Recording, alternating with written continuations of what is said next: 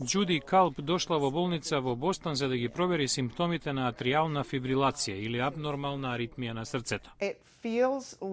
Имате чувство како да сте средношколец кој сака да свири на тапани, но нема чувство за ритам.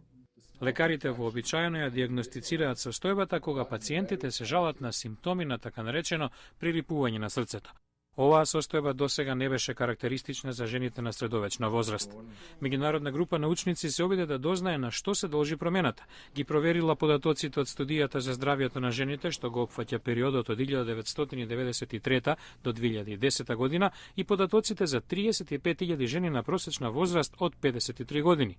Ниту една од нив претходно немала срцеви проблеми, но за изненадување жените со постојана атриална фибрилација биле со поголем ризик од ненадејна смрт за разлика од другите.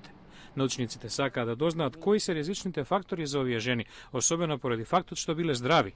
Кардиологот Кристин Алберт од Бостон, која учествуваше во истражувањето, смета дека клучот е во тоа дали атриалната фибрилација е константна.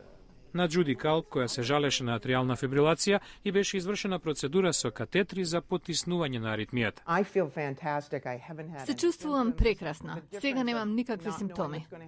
Стручњаците советуваат оние кои ќе почувствуваат симптоми на атриална фибрилација да побараат лекарска помош за да добијат соодветен третман. Истражувањето за овој вид на аритмија е објавено во журналот на Американското медицинско здружение.